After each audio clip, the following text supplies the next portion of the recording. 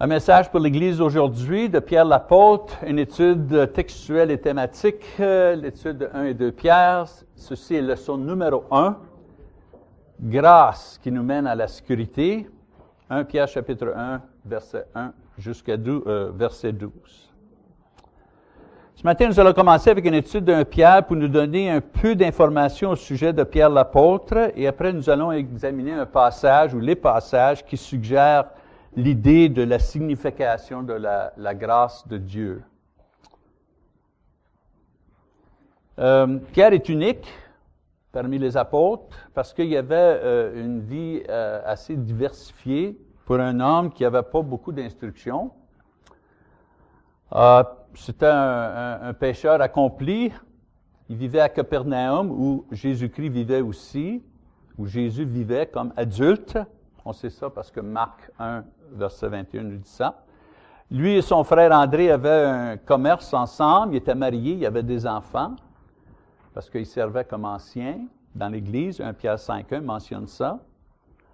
Sa belle-mère vivait avec lui, c'était rien d'extraordinaire à l'époque, parce que les familles vivaient tous ensemble, une génération après l'autre. Si on va en Israël, une chose qu'on voit qui est très intéressante, c'est qu'on voit les maisons sont bâties et ils laissent les barres de fer.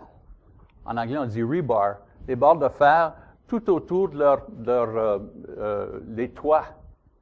Et je me demandais, pourquoi les barres de fer? Bien, c'était pour bâtir un autre étage. Quand le fils se mariait ou la belle-mère venait vivre avec eux. Même aujourd'hui, ils ont la même idée. Sa belle-mère vivait avec lui. Rien d'extraordinaire.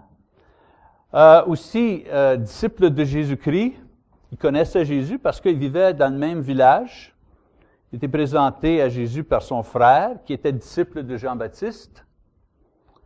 Pierre, vous savez, il y avait des moments hauts, des moments bas dans sa vie, comme disciple. Des moments hauts, il a observé les miracles de Jésus. Lui-même, il accomplit les miracles. Il était présent à la transfiguration de Jésus. Il a vu le corps glorifié de Jésus, un moment très haut dans sa vie. Il a vu Jésus après sa résurrection. Ça, c'est tous des moments hauts. Mais il y a eu des moments bas aussi. Il a été réprimandé pour avoir suggéré à Jésus qu'il doit éviter la croix. Ça a dû faire mal. Il a nié connaître Jésus, pas une fois, pas deux fois, mais 3 fois. C'est intéressant que tous les écrivains, tous les évangélistes mentionnent cette chose-là, que Pierre a nié Jésus, un moment très bas dans sa vie. Et aussi, Pierre l'auteur, Pierre un leader dans l'Église, on peut dire ça en français, leader, chef de file, leader, je sais bien. Leader dans l'Église. Paul nous dit qu'avec Jacques et Jean, Pierre était un pilier dans l'Église à Jérusalem. C'était le premier à prêcher l'Évangile, Acte 2, à des gens, même parmi les gens, il y en avait qui étaient coupables d'avoir crucifié Jésus. Et Pierre a eu le privilège de prêcher l'Évangile à ces gens-là. Il n'avait pas peur des leaders juifs qui menaçaient de ne pas prêcher. Il avait le courage de continuer malgré cette chose-là. Et aussi, ceux qui voulaient éliminer les gentils, les Grecs, qui ne voulaient pas les Grecs qui deviennent chrétiens, Pierre s'est mis contre eux autres.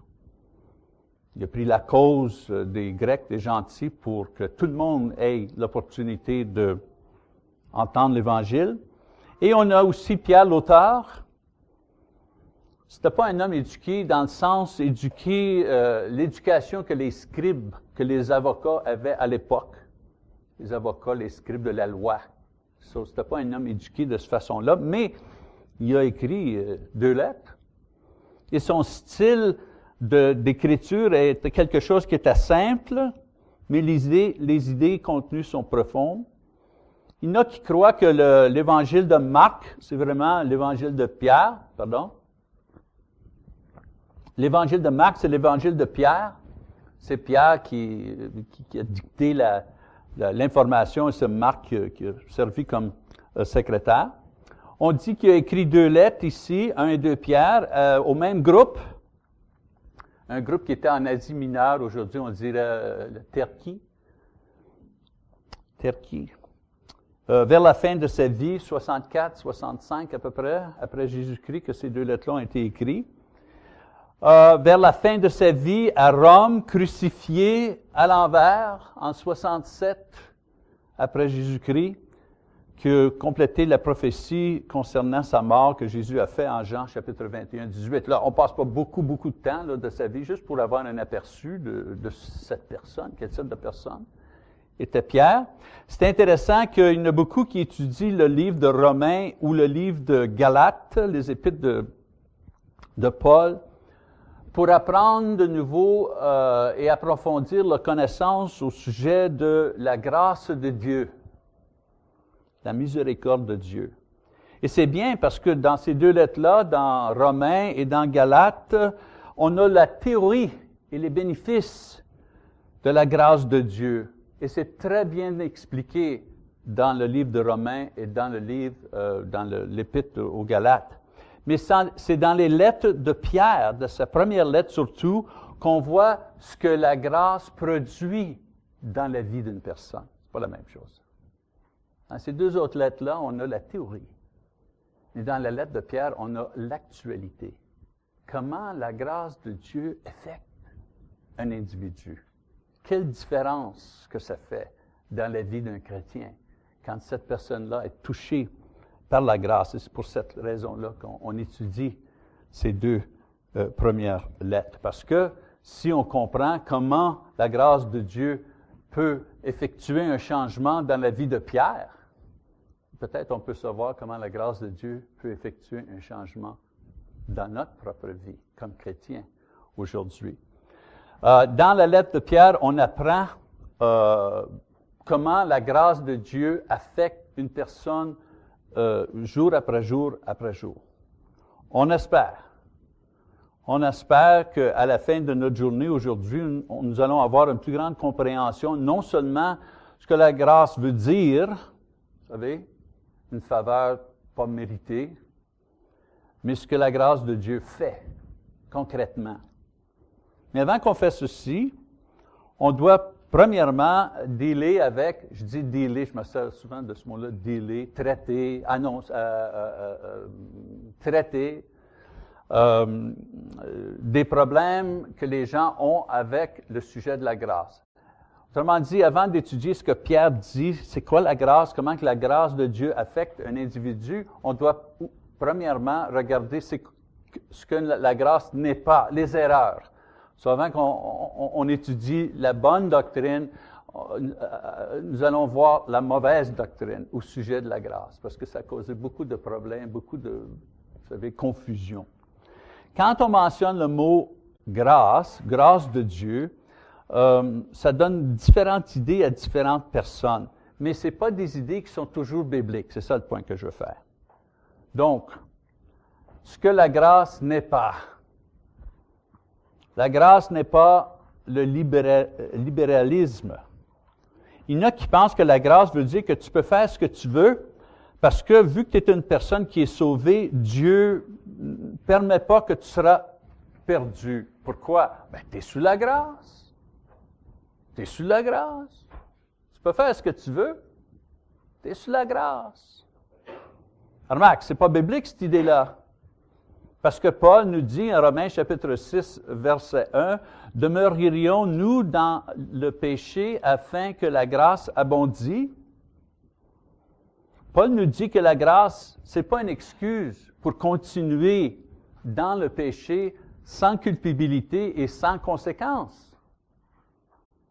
Ceux qui sont sous la grâce ne sont pas libres à continuer dans le péché parce que la Bible dit que le salaire du péché, c'est la mort. Donc, la grâce n'est pas le libéralisme. La grâce n'est pas la permissivité non plus. Il y en a d'autres qui croient que la grâce, ce que ça veut dire, c'est que quand ça vient à toi, Dieu n'est pas intéressé au péché que tu fais. Il est aveugle à tes péchés parce que tu es sous la grâce. Autrement dit, la grâce rend Dieu, fait de Dieu un grand papa. Vous savez, Il y a quelqu'un qui a dit des grands-pères. Des grands-pères sont là pour permettre les choses que les pères ne permettent pas. Right? Est-ce qu'il y a des grands-parents parmi nous? OK. So vous savez ce que je veux dire. Les grands-pères, les petits viennent chez nous, puis c'est le souper, puis Tati, puis ma femme, mon épouse et les autres, mes garçons sont là dans le préparatif, puis grand-papa est dans le salon, puis il dit, viens prendre du Coca-Cola là, avant le souper. Juste une petite gorgée de café, tu sais. Et ma fille dit, papa, qu'est-ce que tu fais là? Non. C'est ça. Mais il y a des gens qui pensent que Dieu, là, c'est comme un grand-papa. Il est indulgent. Tu sais. Un petit péché là, un petit péché ici. Ah, c'est pas grave. Permissivité. Ils pensent que c'est ça. Eh bien, la grâce ne veut pas dire que Dieu ignore ou oublie le péché. Pas un seul péché. Dieu haït le péché. Tout péché. La grâce n'est pas la mondanité. Il y a des gens qui pensent que la grâce, c'est une permission spéciale qu'ils ont de Dieu de demeurer mondain. Pour ces gens-là, la grâce veut dire qu'ils s'en vont au ciel. Donc, en attendant, ils peuvent juste faire partie du monde jusqu'à temps que c'est le temps de partir. Ils sont baptisés et puis là, ils sont juste en attente. Pas d'effort à une vie sainte. Pas d'effort à une croissance spirituelle. Pas d'effort à bâtir le royaume de Dieu. C'est des gens qui font juste, tu sais, ils vont à l'église de temps en temps, juste assez pour pas qu'on note notre nom dans le directory. Juste assez. Pour pas perdre notre carte de membre. Mais la Bible indique que ceux qui sont sauvés par la grâce sont transformés par la grâce. Paul nous dit que les chrétiens produisent du fruit spirituel, l'amour, la joie, la patience, la fidélité. Et quand je dis la fidélité, fidélité au Seigneur, fidélité aux paroles, fidélité à l'Assemblée. Et le contrôle de soi, toutes ces choses-là. Une personne touchée par la grâce de Dieu, il y a un changement. Grâce ne nous excuse pas de vivre une vie sainte et pure et fructueuse et fidèle. C'est la grâce qui permet ces choses-là, pas qui excuse ces choses-là. Finalement, la chose la plus dangereuse, la grâce ne veut pas dire la préméditation.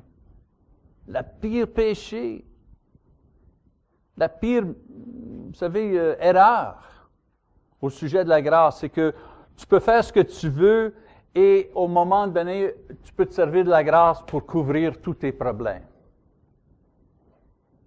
C'est un jeu très dangereux dans le monde spirituel. C'est de présumer sur la grâce de Dieu. En d'autres mots, penser qu'on peut pécher maintenant, avoir notre plaisir maintenant, mais parce qu'on est sous la grâce de Dieu, à un moment donné, on peut tout mettre ça de côté, puis bon, on va être correct.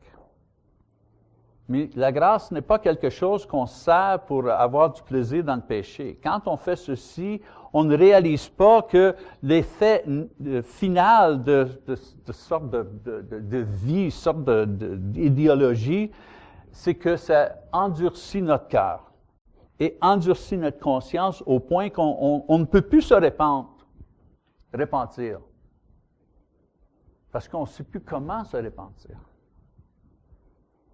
C'est quoi que l'écrivain de Hébreux dit en Hébreux 6:6? Il est impossible de les ramener à une nouvelle repentance. Donc, le libéralisme, la permissivité, la mondanité, la préméditation, voici quelques erreurs au sujet de la grâce. Là qu'on a vu quelques erreurs, regardons maintenant 1 Pierre pour voir ce que Pierre dit au sujet de la grâce. On commence 1 Pierre chapitre 1, verset 1. Pierre, apôtre de Jésus-Christ, aux élus qui sont étrangers dans la dispersion, au Pont, en Galatie, en Cappadoce, en Asie et en Bithynie. Voilà, Pierre se présente au début. À l'époque, c'était à l'envers. Aujourd'hui, on dit « Cher José, ça va bien, on était à Genève, blablabla, on a eu du plaisir de rencontrer les frères et les sœurs. Michel. » Mais à cette époque, c'était à l'envers. C'était « Michel ici, blablabla, blablabla, blablabla. Salut à toi, José. » So, c'est ça que Pierre fait ici.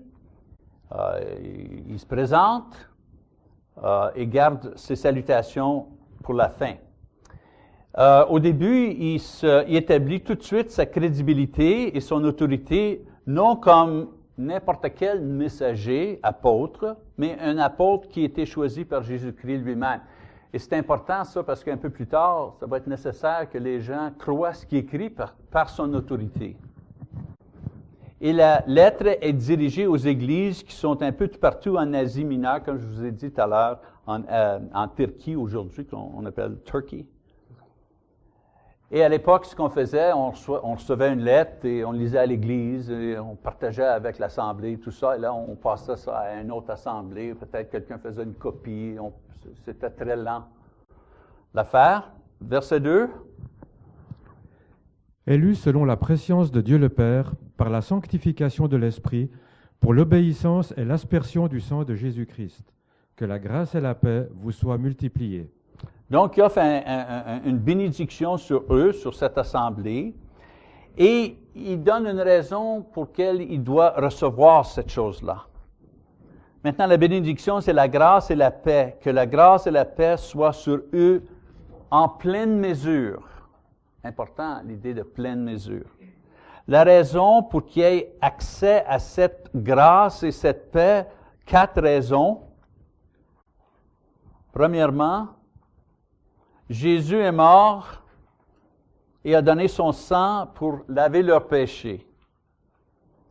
Deuxièmement, ils ont obéi l'Évangile dans la repentance et le baptême pour avoir accès à ce sang purifiant de Jésus.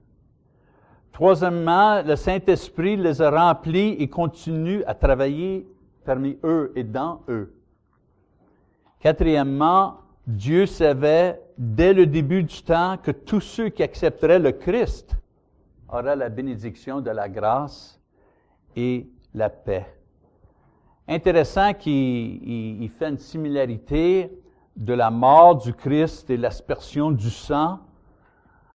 C'est une image, ça, de l'Ancien Testament, le prêtre qui faisait une aspersion de sang sur le sacrifice pour rendre le sacrifice acceptable. Il fait une liaison entre ces deux images-là.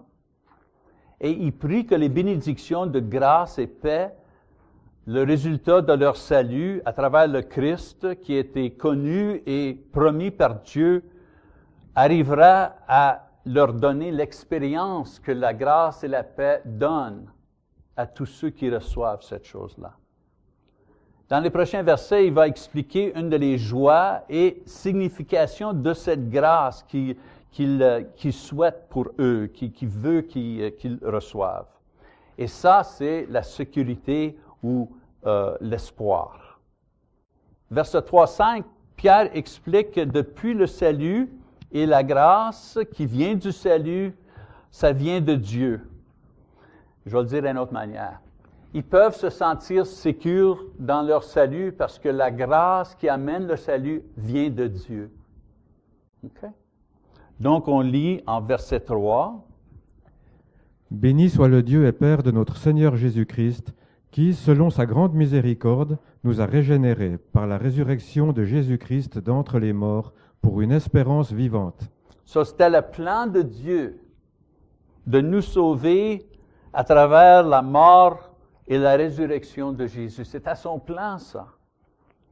Donc, le salut et la grâce qui vient avec le salut, ce n'est pas une invention humaine. C'est ça le point. Ce n'est pas une théorie humaine. Ce n'est pas une théorie philosophique. C'est quelque chose qui vient de Dieu. C'est le plan de Dieu. Ce n'est pas une affaire de l'Église du Christ.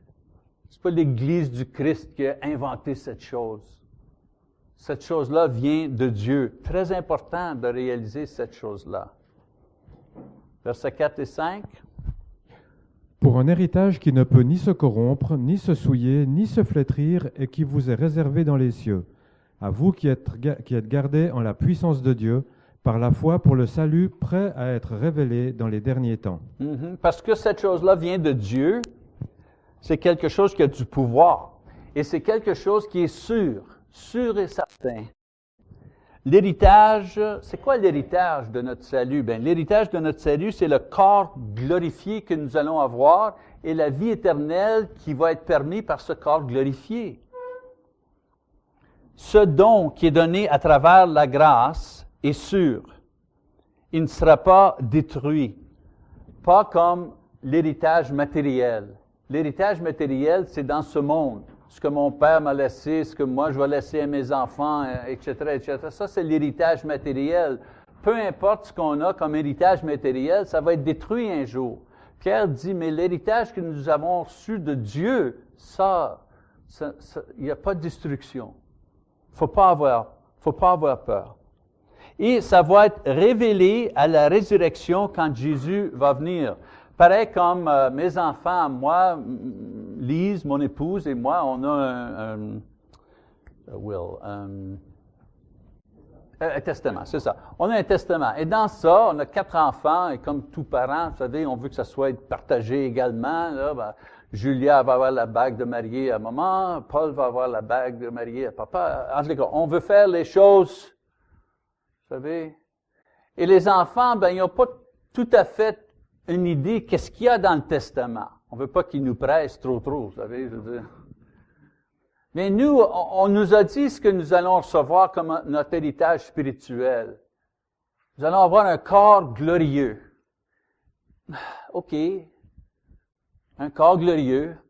On sait ce qu'on va avoir, mais est-ce qu'on connaît vraiment ce qu'on va avoir? Non, pas encore.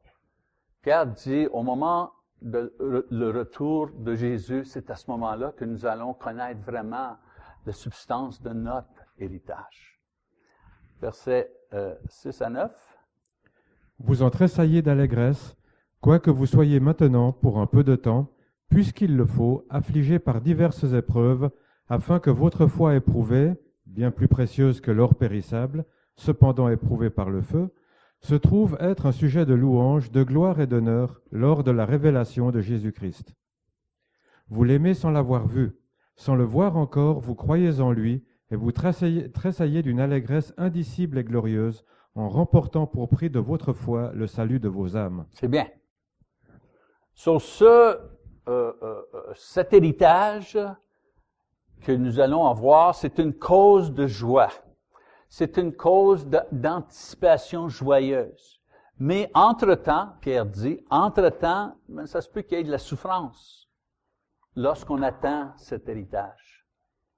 Et rester fidèle lorsqu'on attend pour notre héritage, eh bien, ça fait plusieurs choses pour nous. OK? On comprend ce qu'on a dit jusqu'à date? On a un héritage, on sait ce que c'est, le corps glorieux. Entre-temps, peut-être, il va y avoir des souffrances. Et si on souffre et on reste fidèle pendant le temps qu'on attend notre héritage, il va y avoir quelque chose qui va arriver. Premièrement, ça va confirmer qu'on a une foi authentique. Si une personne endure lorsque c'est difficile, ça démontre que leur foi est vraie, pas juste du blabla. Hein? Jacques, il dit, tu montres ta foi parce que tu dis, et moi, je te montre ma foi parce que je fais. Okay? Sur la personne qui endure, la personne qui va persévérer, va confirmer que sa foi est authentique. Deuxièmement, demeurer fidèle en attendant rend honneur à Jésus-Christ. Votre souffrance, votre patience, c'est une démonstration d'amour et de loyauté au Seigneur. Et ça lui rend un vrai culte, un vrai honneur comme notre Seigneur. Comme Paul dit en Romains 12:1, on est des sacrifices vivants. Quand il dit sacrifice vivant, j'ai jamais l'idée party, having fun, vous savez, pique-nique. C'est pas ça que je pense quand je pense sacrifice vivant. Je pense que dans ma vie, il va y avoir des sacrifices. Mais s'il y a des sacrifices dans ma vie, au nom de Jésus, je rends honneur à Jésus. C'est pas ça que je veux faire comme chrétien. Troisièmement, ça produit de la joie et de l'amour. C'est donc à l'envers la vie chrétienne. Vraiment, c'est à l'envers. Jésus nous a dit, « Heureux ceux qui sont persécutés à cause de la justice, car le royaume des cieux est à eux. » Matthieu 5, verset 10. Imagine, quand on souffre pour la justice au nom du Seigneur, ça produit de la joie. Je veux dire, c'est à l'envers. C'est pas, dans le monde, quand on souffre, ça ne produit pas la joie. Quand la souffrance est finie, là, on a la joie. Ah, c'est fini, finalement, on peut continuer. Mais les chrétiens qui souffrent parce qu'ils sont croyants, pendant leur souffrance, ils ont de la joie. Pourquoi? Parce qu'ils font quelque chose de vrai pour leur foi. Il dit à Dieu, « Je t'aime. » Comment qu'on peut aimer Dieu? Je sais comment aimer ma femme. Ces temps-ci, je l'amène dans le bas de la ville à Genève et j'y achète des souliers très chers. C'est comme ça que je montre que j'aime ma femme ces temps-ci, en vacances. Mais comment que je montre que j'aime Dieu? Eh bien, je continue, je persévère dans la difficulté à cause de ma foi, avec joie, avec fidélité, avec persévérance. Quatrièmement, ça garantit notre salut. Une foi éprouvée nous donne un espoir sûr de notre salut. Et un espoir sûr de notre salut produit la paix et la joie dans nos cœurs. Donc, Pierre dit à ses lecteurs que la grâce veut dire qu'on se sent sûr de notre salut, même s'il y a des temps quand notre foi est mise à l'épreuve. Continuer dans cette foi-là va renforcer notre espoir et va augmenter notre joie. La chose difficile dans le christianisme, c'est que ça marche pas comme les choses marchent dans le monde. Les règles de vie dans le royaume de Dieu, c'est pas les règles de vie dans le monde. Et souvent, comme chrétiens, on attend toujours à mettre les règles de vie qui viennent du monde et on essaie d'appliquer ça au royaume, puis ça marche pas. Ben non, ça marche pas. Tout est à l'envers dans le royaume. Ceux qui souffrent sont joyeux. Dans le monde, ceux qui sont heureux sont ceux qui souffrent pas. Et c'est pour ça qu'on est disappointés. On continue. Les prophètes qui ont prophétisé au sujet de la grâce qui vous était destinée ont fait de ce salut l'objet de leurs recherches et de leurs investigations. Ils se sont appliqués à découvrir à quelle époque et à quelles circonstances se rapportaient les indications de l'Esprit de Christ qui était en eux et qui d'avance attestait les souffrances de Christ et la gloire qui s'en suivrait. Il leur fut révélé que ce n'était pas pour eux-mêmes, mais pour vous qu'ils étaient ministres de ces choses. Maintenant, elles vous ont été annoncées par ceux qui vous ont prêché l'Évangile par le Saint-Esprit envoyé du ciel, et les anges désirent y plonger leur regard. Dans les derniers deux versets de cette section, Pierre compare deux groupes pour leur montrer comment que eux, ses lecteurs, comment secures qu'ils sont dans leur salut. Il leur dit que les prophètes, eux, parlaient de Dieu même, ont fait des miracles, ont donné des conseils à des rois. Il y en a beaucoup parmi eux, les prophètes, qui ont sauvé la nation d'Israël parfois. Et il parle des anges. Les anges, des êtres glorieux qui existent au trône de Dieu, devant le trône de Dieu. Ça, il mentionne ces deux groupes-là. Mais il dit, ces deux groupes-là n'ont pas reçu la révélation au sujet de le plan de Dieu pour sauver l'homme à travers Jésus-Christ et donner des corps glorieux qui leur permettraient de vivre éternellement avec le Christ. Eux autres, les chrétiens à qui Pierre écrit, eux autres, ils connaissent le plan. Eux autres, ils ont l'information sur le plan. Mais les anges, eux autres, il n'y avait pas cette information-là. Ils sont déjà dans le domaine, dans le dimension spirituelle. Ils sont déjà dans la dimension spirituelle, mais ils n'avaient pas connaissance du plan de Dieu.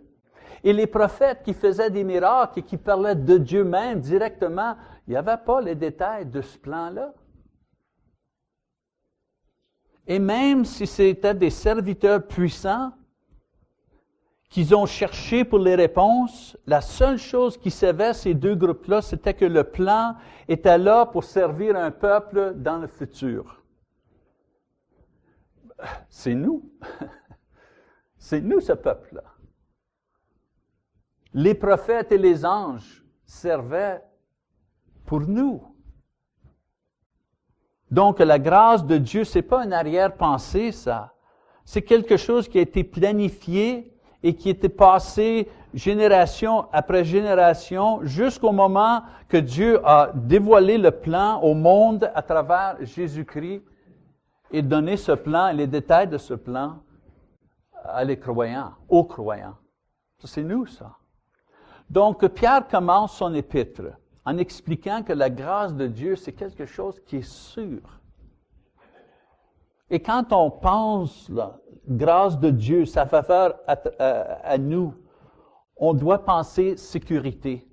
Parce que la grâce nous donne, la grâce de Dieu nous donne, nous amène à la sécurité. Pourquoi? Parce que elle vient de Dieu. Quand il y a une promesse ou une bénédiction qui vient directement de Dieu, on peut être sûr et certain. Il n'y a rien qui est plus sûr que ça. La promesse de Dieu de notre salut est plus sûre que votre emploi, plus sûr que vous allez prendre un respire dans 5 minutes. Vous savez, c'est plus sûr que ça. Il n'y a rien de plus sûr. Deuxièmement, cela est fortifié par l'adversité. La promesse de la grâce ne peut pas être diminuée par la souffrance. Le plus qu'on lutte dans ce monde et on reste fidèle, le plus que cette grâce-là produit de la joie, de l'espoir et de la sécurité dans notre cœur. C'est le reverse des choses qui travaillent dans le monde. Regarde ce qui s'est passé. Je ne veux pas même toucher à ça beaucoup, là, mais cette semaine en France. Là. Regarde le monde. C'est intéressant que personne ne va à l'église, right? Personne ne va à l'église, là, ou presque personne ne va à l'église, là. Hein? C'est un monde pas trop chrétien, je ne veux pas faire un jugement général, mais après l'attaque, c'est quoi qui se passait? C'est quoi qui mettait au pied de la tour Eiffel Tower? C'est quoi qui mettait? Des prières. C'était des prières qu'ils faisaient. Le monde sait ici qu'il y a un Dieu. Ils le savent. Mais quand il y a de l'adversité dans leur vie, les non-croyants, eux, ne savent pas quoi faire. Ils se jettent partout. Nous, on sait quoi faire. Quelqu'un m'a dit à moi, « Ah bien, puis si ça vient aux États-Unis, vous êtes sûr, vous avez, vous savez, une armée et tout ça, là. Mais tout à coup, qu'il y a des attaques à Oklahoma, dans la ville, c'est quoi que vous allez faire? » Mais moi, je dis, ben, je vais faire ce que je fais toujours. Je prêche l'Évangile, j'enseigne la Bible, je rends honneur à Dieu, je vis ma vie la meilleure que je peux comme serviteur de Jésus-Christ. Ma vie ne change pas. Le but de ma vie ne change pas. Le quotidien de ma vie ne change pas. Ce qui change, c'est les circonstances. Là, ça va être peut-être plus difficile à prêcher l'Évangile. Ça va être plus difficile, vous savez, à avoir une assemblée. Mais ce que je fais et ce que je vise, ça ne change pas. Pourquoi? Parce que j'ai la promesse de Dieu. Et je suis convaincu que cette promesse est sûre. Et j'ai confiance parce que la promesse persiste à travers les âges. Les anges, les prophètes ont parlé et travaillé pour passer cette chose-là de génération en génération. nous aujourd'hui, on reçoit cette promesse, cette grâce de Dieu en nous pardonnant, en nous donnant la vie éternelle. Cette promesse-là est aussi fraîche, est aussi belle, est aussi bonne, est aussi motivante qu'elle était il y a 4000 ans. Le croyant aujourd'hui aime Dieu autant que le croyant aimait Dieu il y a 2000 ans, 3000 ans, 4000 ans, 5000 ans. La grâce nous amène à la sécurité. La sécurité dans l'idée que le désir et le pouvoir de Dieu pour remplir ses promesses, pour exaucer ses promesses, pour nous bénir maintenant et pour nous sauver éternellement. C'est bien sûr, il y a des fois qu'on doute, des fois qu'on a peur du passé ou on a peur du futur. Mais la grâce de Dieu a éliminé le passé avec le sang de Jésus et nous a garanti le futur avec sa résurrection. Une personne dit, comment que je peux vivre dans le maintenant? Vous savez, on entend toujours dire ça. Live for today en anglais. Il faut vivre dans le jour même. Comment qu'on peut vivre dans le jour même? Eh bien, on peut vivre dans le jour même parce que tous les jours dans le passé ont été, tous les péchés, les fautes, les erreurs, toutes les niaiseries qu'on a faites dans le passé, éliminées par le sang de Jésus. Et comment que je peux vivre aujourd'hui? Bien, quand je regarde en avant, mon futur est garanti. Moi, je sais où est-ce que je m'en vais. Donc, je peux vivre aujourd'hui dans les circonstances où que je me trouve aujourd'hui, dans la plénitude, dans la pauvreté, dans la guerre, dans la paix. Je peux vivre aujourd'hui. Pourquoi? Parce que la grâce de Dieu me donne la sécurité de vivre seulement une journée à la fois.